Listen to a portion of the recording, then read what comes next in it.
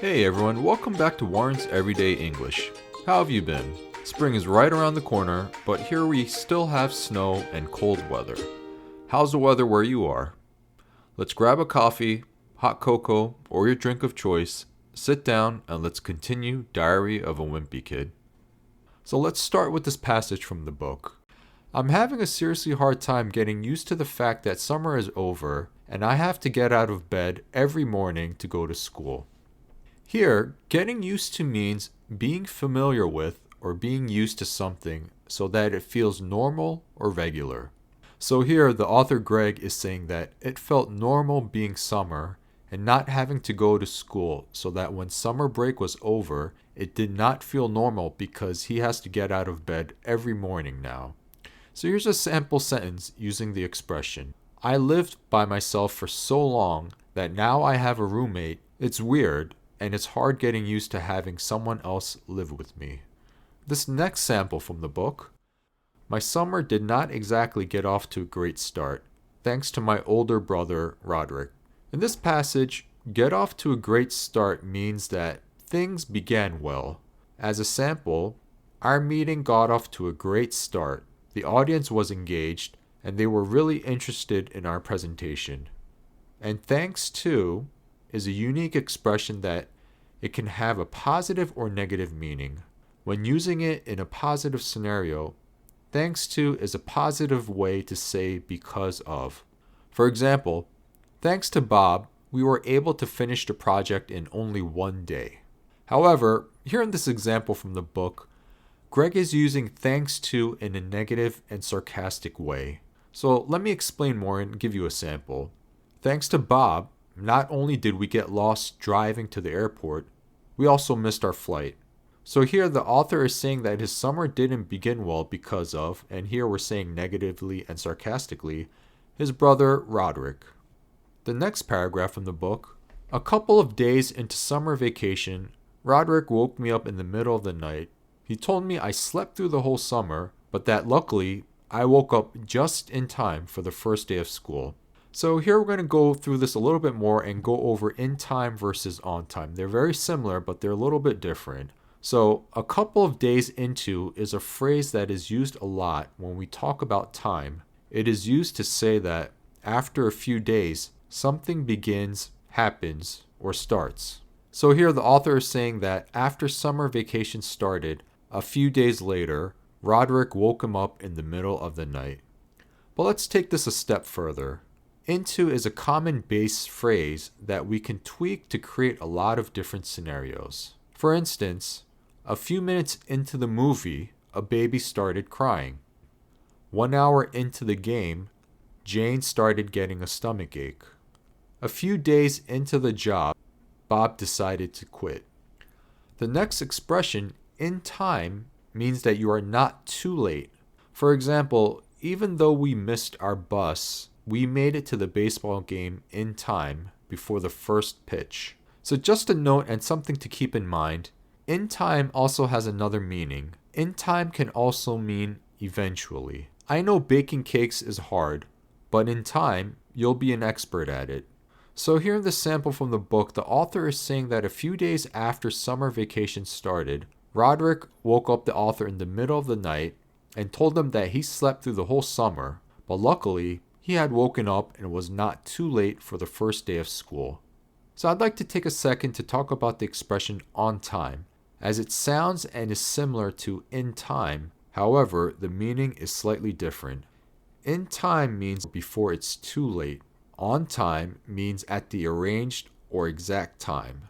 Or it also means that something is supposed to happen at the exact specified time. So here are two similar examples.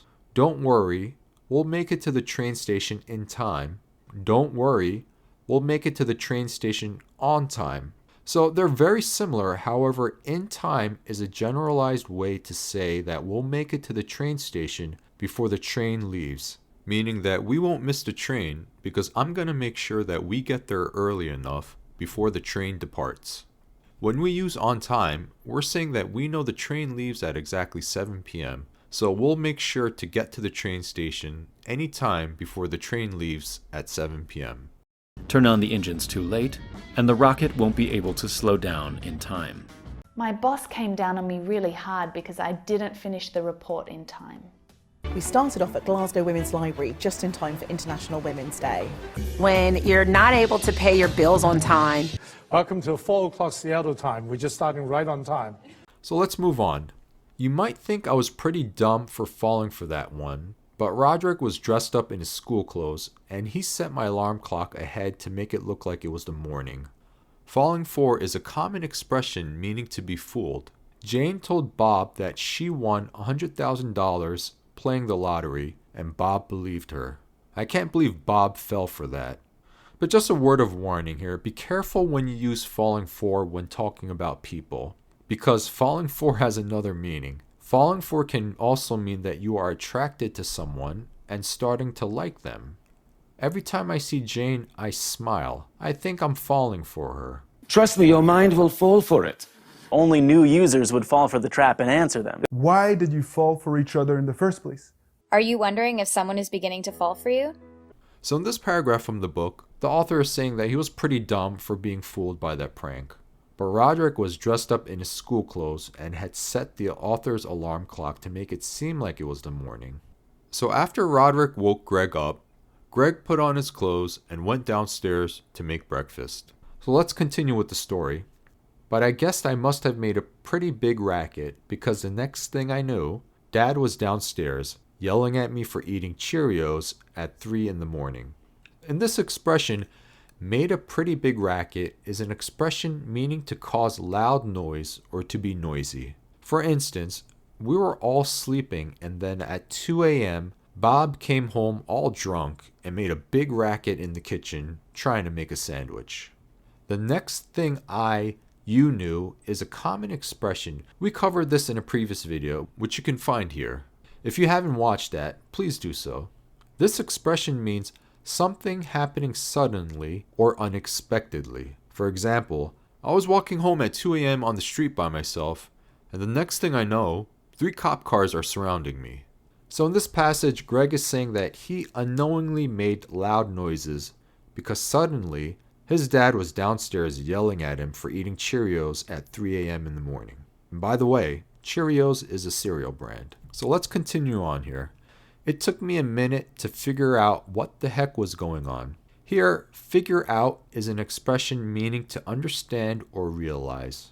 So for instance, after entering the incorrect password a few times, I finally figured out the password.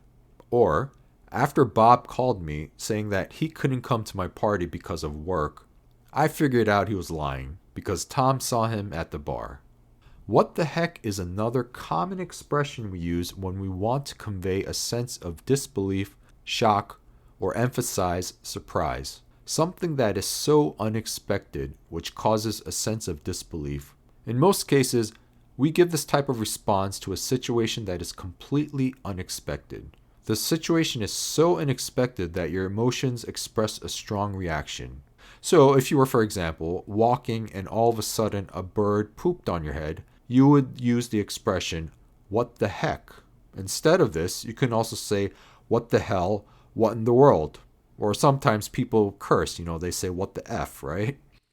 Or if a friend slapped you in the face all of a sudden, you would respond with, "What the hell?" because it was completely unexpected and upset you. So here in this passage, Greg is saying that it took him some time to realize what was going on because he was in such disbelief.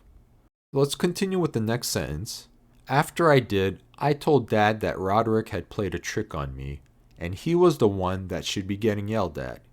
Here, played a trick is an expression used meaning to pull a prank on someone or to pull a joke on someone.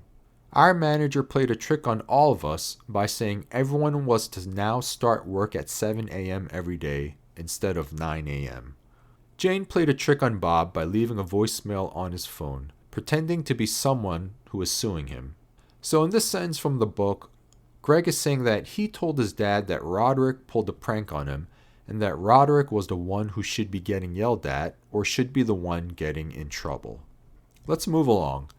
Dad walked down to the basement to chew Roderick out, and I tagged along. Here, to choose someone out means to yell at the person or to discipline the person, typically because they did something wrong.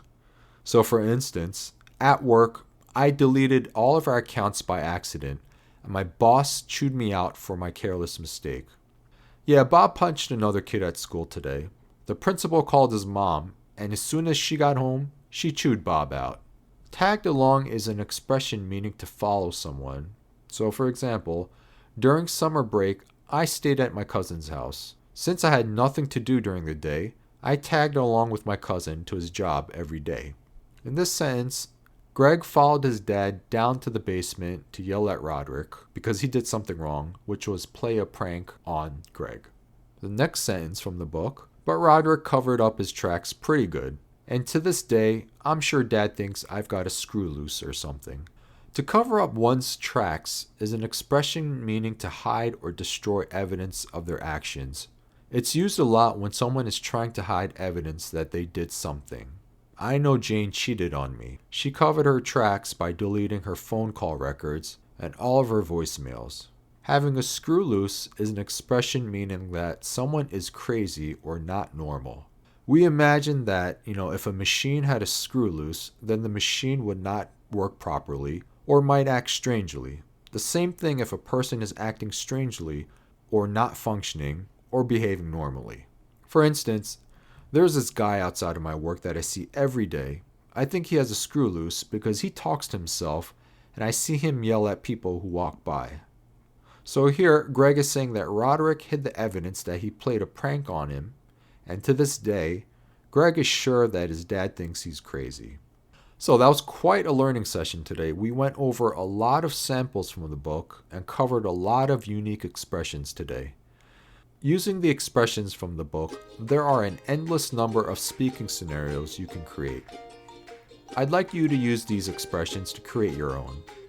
I hope you enjoyed today's video, and I'll see you in the next one. Take care, everyone.